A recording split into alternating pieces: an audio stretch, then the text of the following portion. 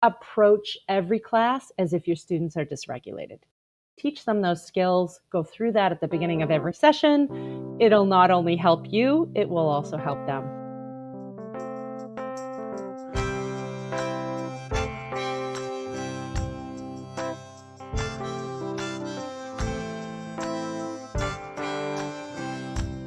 Welcome to Talking About Kids.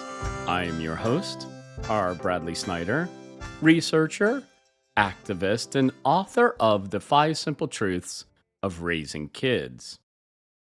Emotional regulation comes up a lot on Talking About Kids, and that is because a growing number of experts believe that it is fundamental to a child or adolescent's health and well-being. My guest this episode, Bethany Bilodeau, or Dr. B, as she is known to her fans, is one of those experts. Dr. B and I discuss insights from her book, Ease the Pain in the Classroom, A Guide to Safety and Regulation, and techniques that you can employ today to keep yourself and the kids in your life regulated and ready for success, however you define it. Talking About Kids is sponsored in part by the Arizona Department of Health Services Must Stop Bullying campaign through its Title V Maternal and Child Health Program. For more information, go to muststopbullying.org. I'm always grateful when experts like Dr. B take the time to come on this podcast. They do it to help you, the listener, help kids. Please do your part by liking this episode and sharing it with your friends and colleagues. And now, the interview. I did not have a very good primary education as far as being able to be integrated and really feel successful as a student. I struggled significantly as a student. I spent a lot of time hiding in the building of my school and really trying to avoid almost all academic and peer interactions. I really was the anxious learner, and no one really caught on to that. And was able to overcome that due to some tragedies and sports and things like that that helped me get through that. And then once I became a teacher, I started teaching very similarly to the way that I had been taught, putting the expectations and the goals out there, and realized that that was not a real good call. My students actually stole everything except the tables and chairs from the classroom, everything: pens, pencils, paper, Bunsen burners, microscopes, test tubes, everything was gone. And I was like, wow, I am really terrible at this. And so I really had to back up and put in some programming that really worked on building a relationship and also meeting the student needs and where they were at. And many of them felt extremely unsafe in the school environment. And those were the students that really gravitated towards coming in and working with us. And because of that, they excelled academically and built a lot of peer connections.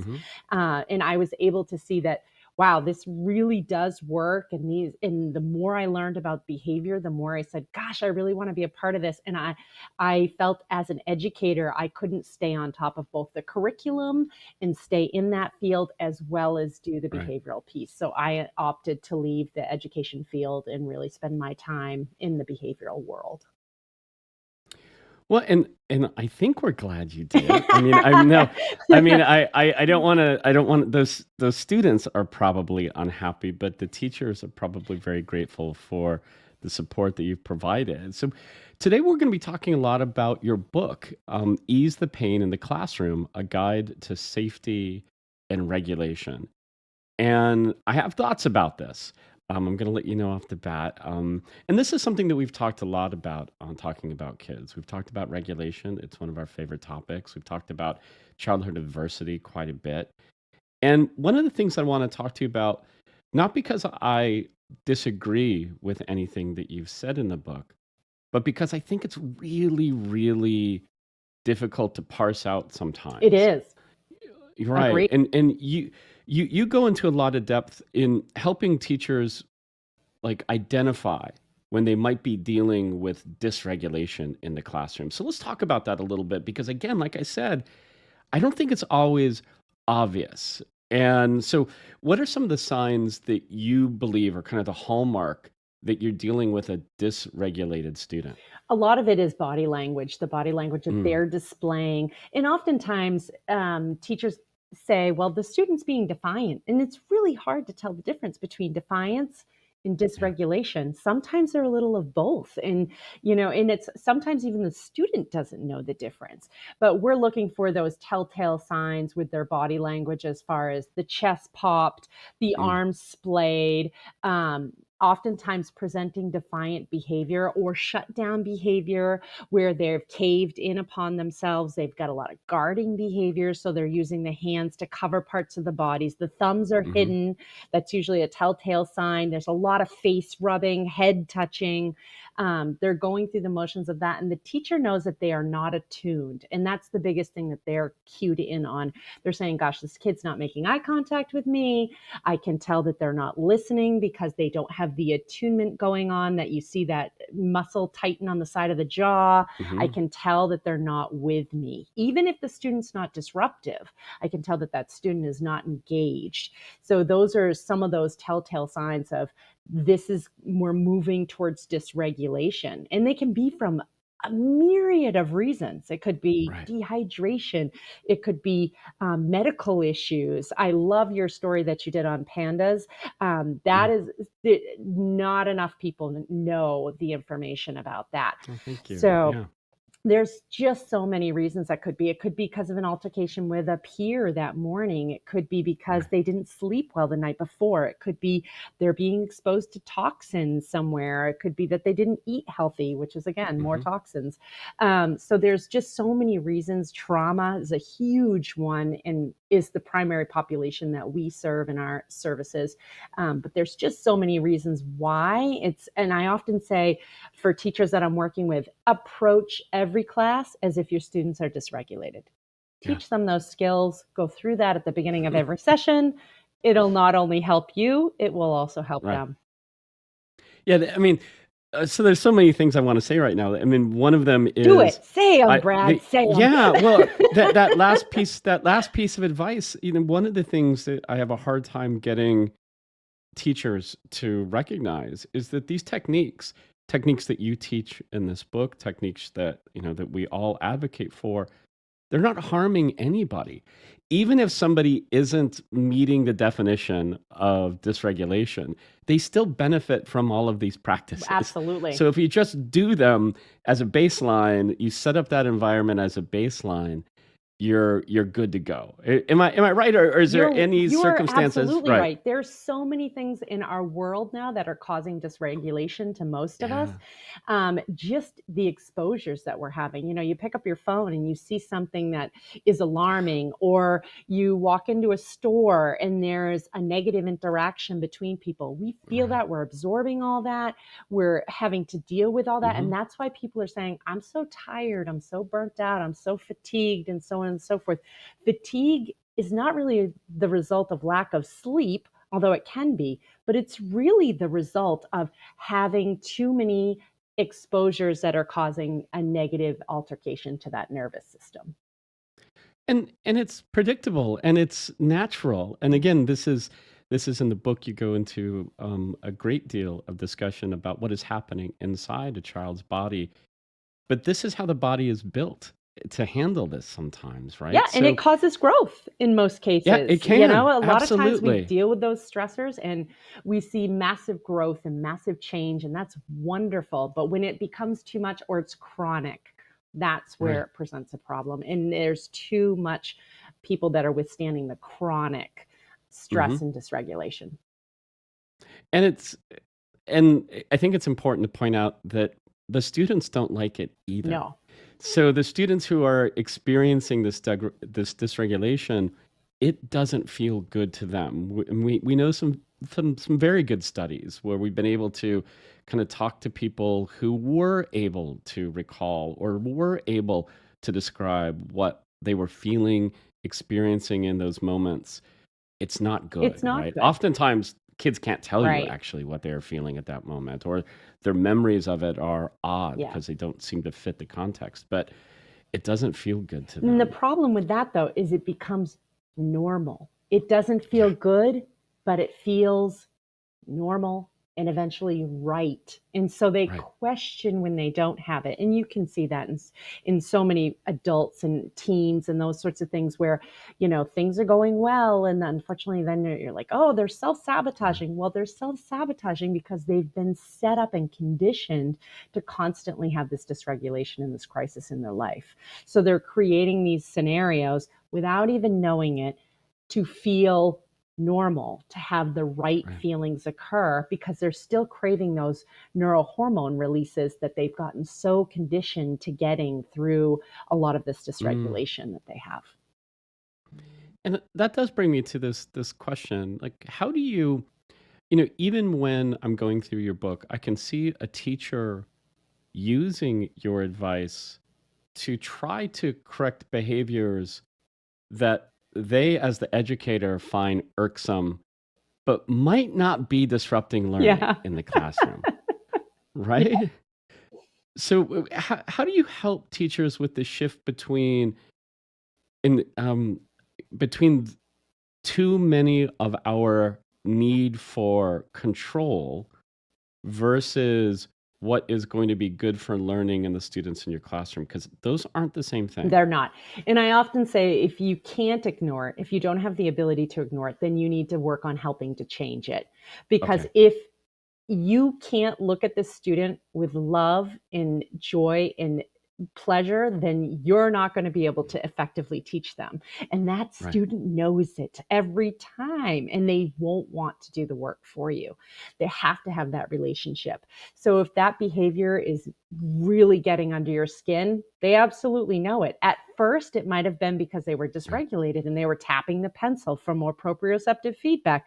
But once they realized it got on your nerves, then they did it on purpose to get on your nerves so they Yeah. could get more feedback from you. So there's a very standard technique that I take parents and teachers through on how to change or remove that behavior in order to get them to a better space so that they're no longer dealing with that, so that they can truly look at this individual and say, I really feeling like joy towards them and like and love towards them so I can work with them. Well, let's talk about that just a little bit because one of the things that you bring up in your book, and I hear it from educators, I hear it from parents, is this the students hiding in a hood, right? This is something that comes up quite a bit. I know school districts that have gone to great lengths to create Oh, policies yes. around not having I know hoods, many right? as well. Exactly. But in your book, as you say, like sometimes this can be, you can use it for what you call caving, Yeah. where the hood can be a, like, not a bad response Yeah. to feeling dysregulated. And yet it could absolutely be something that is blocking the relationship and is definitely disrupting the learning. So you've got a kid in the classroom and they're bent over and they're hidden by their hood. If you're a teacher, what's the first step to take? Because we're balancing things here, right? We're trying to see, is this a student that is feeling aroused and they're trying to self-soothe a little bit, or is this a problem that needs to be addressed in Mhm. this moment? So walk me through what you would tell a teacher to get the best outcome for that I kid. think the first thing is empathy. I always say, Mm, go to empathy whenever you can. So many students report to me nowadays that they say, the teacher doesn't care about me, which isn't yeah, true. I don't think is true for a second, but the teacher is under a lot of constraints as far as production, what needs to be achieved, things that need to be taught, testing scores, so on and so forth. So the right, teacher has a million things they're dealing with, and they're dealing with, 20 other individuals, 25 other individuals at the Right. same time. And so they say they don't really care about me. It's all about production, so on and so forth. So go to empathy first. Is everything okay? Is there anything I can do for you? What do you need? Sort of thing. Hmm. And typically you can tell by the response in the body language with the individual. Right. They either stay down or they come up a little bit, and you can tell by the facial expression. Hmm. The eye slants down a little bit, the face is very flat, the lips are down. And in that case, that student's probably bored. They're probably Mm. not necessarily dysregulated. They're more bored with the academic information and Right. that sort of thing. If the student slightly looks up at you and the eye lifts a little bit and you see them kind of creep back a little bit, that student is really overwhelmed. They're feeling like Yeah. this is not the situation I can handle. I'm either scared of the content, I'm scared of the demands that are going to come, or I'm not feeling I'm confident enough to be able to move forward with this. And Hmm. in that case, that's a kid that would probably benefit from keeping that hood on and engaging in some other task at the same time, whether it's, okay, we're going into a science lesson. And so, Hmm. can you draw me the Krebs life cycle and everything right here? Here's another picture of it in case you need a reference. I'm going to go through the teaching of it at the same time. And that could help to mitigate some of that stress that they're feeling. If you have the student that's in the sprawl, they've got the hood up Mm. and they're leaning back and their arms are crossed and they're in the sprawl, they're telling you, don't cross my territory. Yeah. I'm claiming space. This is me taking control of it. And so, what I often say to teachers is when that happens, move slightly into their space, especially if it's a middle schooler teen. They will slightly move back. And oftentimes, what I do is I drop things on the floor and usually Mm. on the student themselves, and they'll pick them up because they want to get it off of them. And then I can say, oh, thank you so much. I really appreciate you helping. And then I just kind of move into their space so that they can't sprawl again. Once they're up, they typically start to engage. They don't consciously do it. It's really a response to their body territory. So once they're Right. up, they're no longer claiming space and their body is not saying to them, you have to stay down. So they're able to engage. So it's a case by case scenario, and we try to take teachers and parents through each scenario as far as Hmm. what are you looking for, because your response is going to be slightly different based on it. Because if you're telling a kid in the sprawl to sit up, you're gonna get a go pound Right. sand. And Right. if you're telling a kid who is completely disengaged because they feel extremely fearful and overwhelmed and they're down in that position, you need to come at them with a lot of empathy and really try to engage with them in a way where they feel safe. So give them an activity to do to feel safe to transition them into the actual activity. And what about when? So we'll take the sprawl. The sprawl is actually in slightly easier, I think, to address because apart from this fact that that student can be threatening and to an educator, Absolutely. and yet you and I know that they're probably don't feel very safe, and that's why they're in that They posture. usually feel pretty overwhelmed by the content, the academic Yeah. content in that situation. They're usually feeling very unsuccessful with the Yeah. academics that are going on in that environment. They may feel pretty engaged with their peers, and you Right. can tell because they're in a sprawl and their peers are connected to are long sides of them. They're in the middle. Yeah.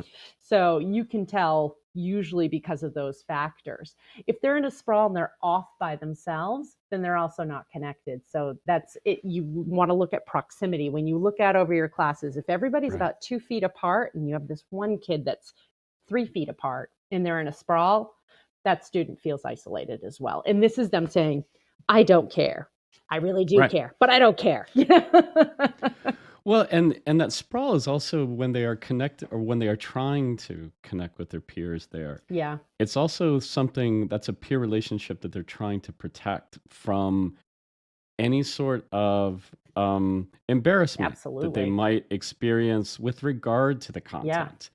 So you and I have both seen teachers that try to send that student or really any student to the board to do a Oh, problem when they have when their relationship is feeling sort of insecure with their peers. It's a recipe for It is disaster. often. I mean, they're likely going to say no. And I always say, don't ask a student, Right. don't ask someone something if you know they're going to say no. You're just undermining your own authority. Wait Yeah. until you know you've got a yes before you go down that road, because that's not going to be beneficial for you or for them, and it's going to erode their confidence. And then it's going to become that student who doesn't come to the class after a Yeah. period of time because they feel like I'm going to get pointed out again of the things I don't know. It I actually haven't talked about this on Talking About Kids, believe it or not, but I was involved in a study of students returning to college after dropping out of high school. So it was a program that was being studied by Ideas 42. And almost to a person, they described incidents of being embarrassed Mm. in a classroom as a young adolescent, and that changed their mind about school, who they thought they were with regard to school, and whether or not they were going to continue. I mean, I had a interviewee that simply she sat down and said, "I don't do math." And here I'm talking to a 25-year-old at this time who's a mother, and she says, "I don't do math." I'm like, "Well, what an interesting place to start. You not at all, like ever, or you mean you don't like the math Do you go classes?" But shopping? she, Like, she went on to describe her experience as somebody who felt that she stood out from her peer group, and she was, ordered to do a problem on the board, and she was embarrassed. She didn't want to stand up and be even more, and because that would make her feel even more different from her absolutely. peers. And her response was to protect herself. She shut down, Yeah. never answered another question again. And you do talk about these different states of the fight, flight, or freeze response in your book. I want to talk about also how important it is to do the work to understand your students so that you can notice these changes and diagnose that. So, what do you recommend for getting to know the students so that you can see these shifts and be able to put them in the right bucket? I spend a lot of time doing observations. Like I because I'm trained, I can usually tell very, very quickly off students I've Right. never met within an hour what's going on, what nutrients they're lacking, what their nervous Mm, system's saying, what neurohormone releases they're trying to activate, and those sorts of things. I think for teachers, the big one that they're looking for is they're looking at body posture. So, what's this hmm student's normal body posture when they feel comfortable, safe, all of that? And then what does it look like when it's not? Or even just knowing when they feel safe, how does that look? Right. Because when they're not, being a student is very risky. Being a teacher is Yeah. risky. You've got to take lots of risks to demonstrate learning and learn new things. And that's so much risk. And so making them feel safe so that they can be willing to take a risk is really, feel like it's such a huge part of education.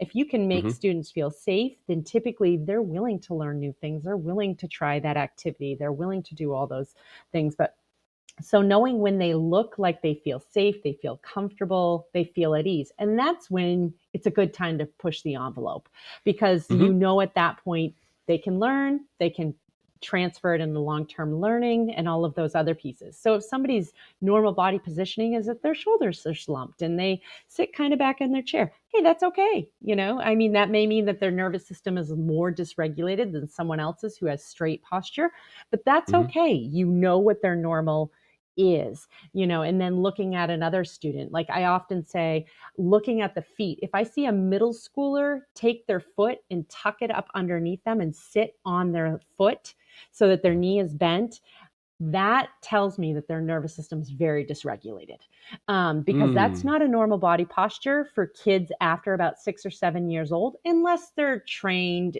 they're training to be a gymnast or a dancer or something like right. that. It's not a normal body posture.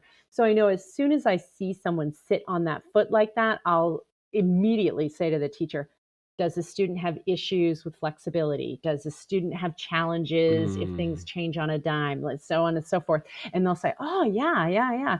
And it's like those are some key ways to tell like what's going on with the body.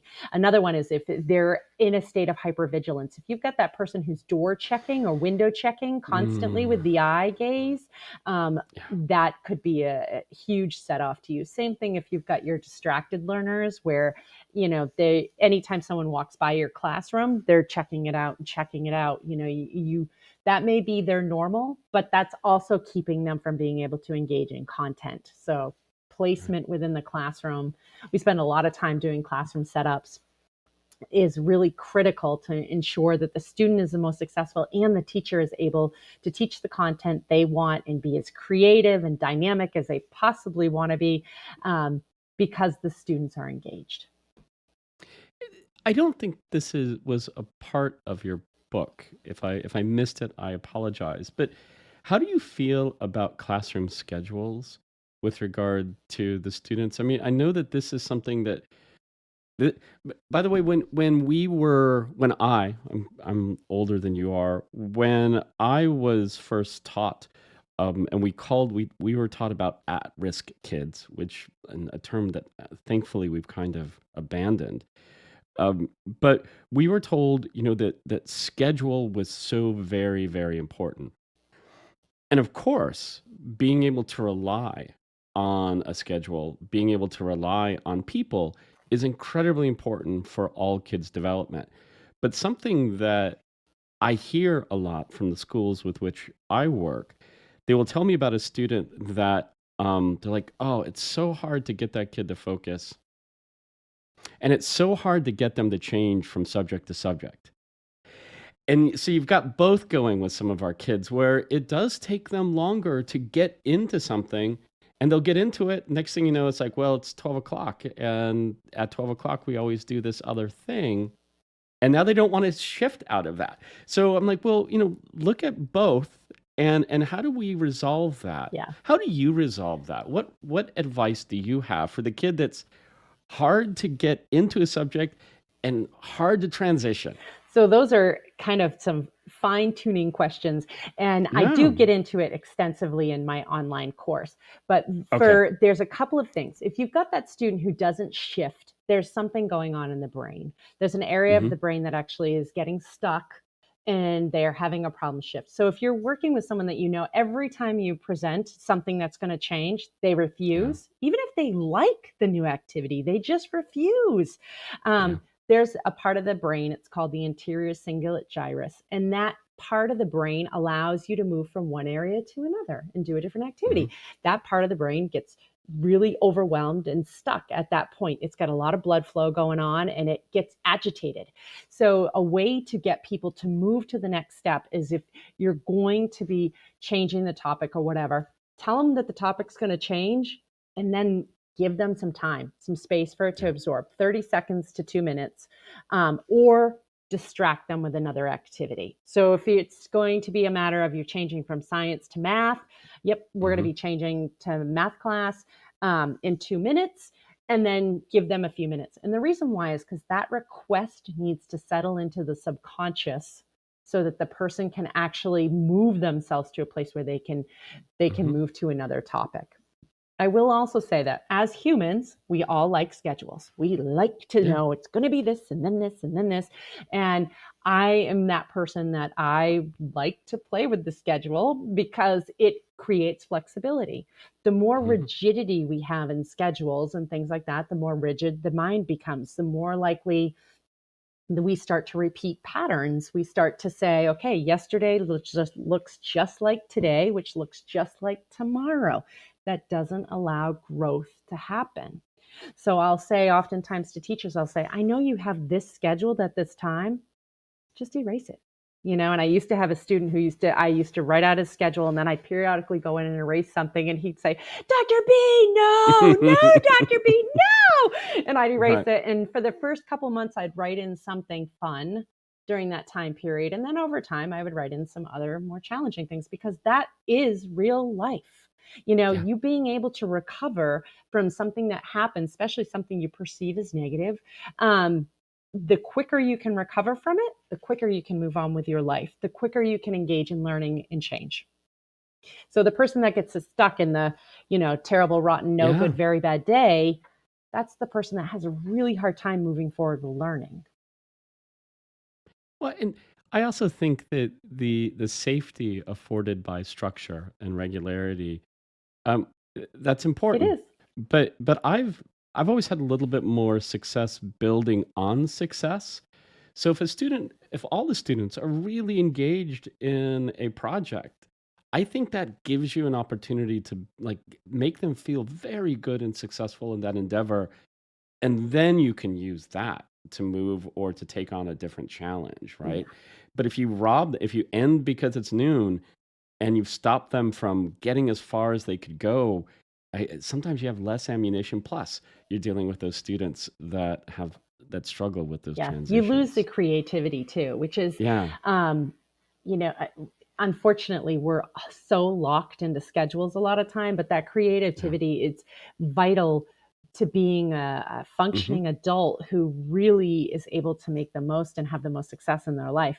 So allowing them to be creative and giving them time to be able to do that. And it takes time. And that's really hard in a school setting, really hard. And I see teachers that struggle with it all the time, especially direct care providers that struggle with it. They'll Mm, say, I know Dr. B, but the class was transitioning. So I really felt like he should go back. I knew that, we had that incident and so on right. and so forth.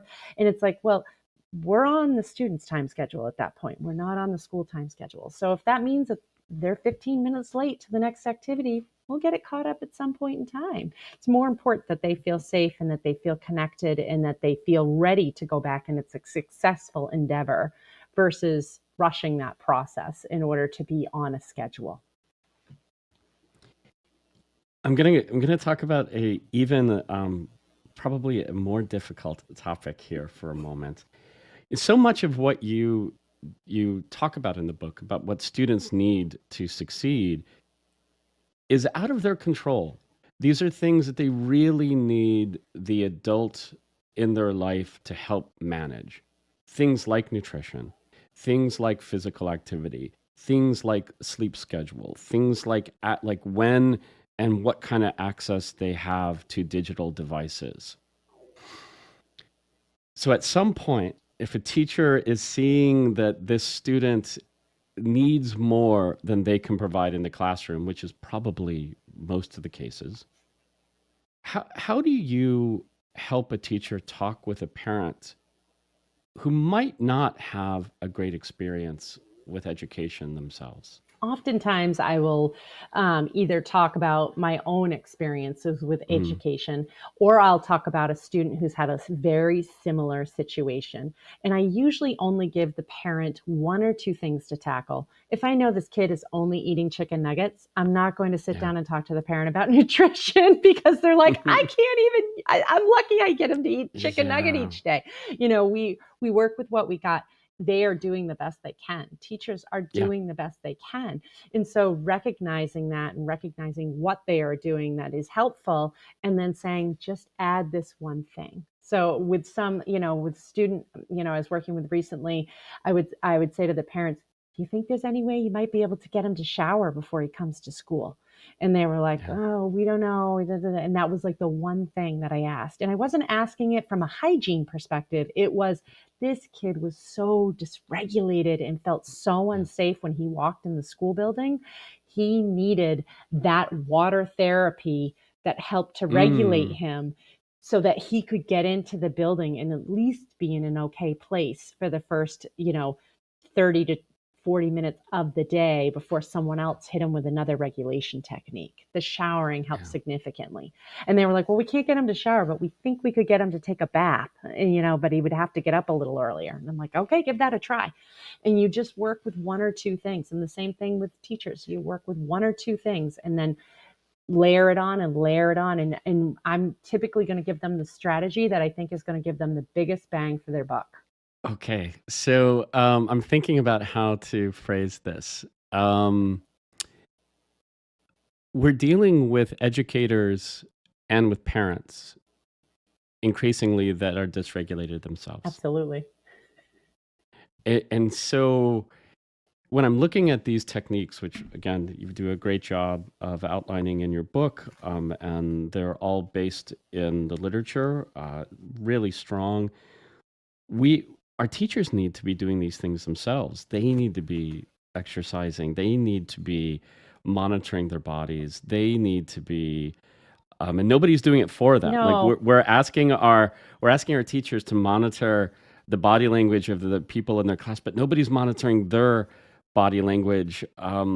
So, in your other work, are you offer? Do you have offerings for educators to help them stay we regulated? do. A lot of the techniques that we're teaching are Mm-hmm. appropriate for the teachers and the parents as well as for the youth. And we do a lot of writing as far as like what do they need to do for self care. We have an article coming out this summer that will be on how high performance hacks. That's one that I Mm, get asked by parents all the time. Bethany, I'm feeling tired all the time. I feel like my sleep quality stinks. How can I improve that?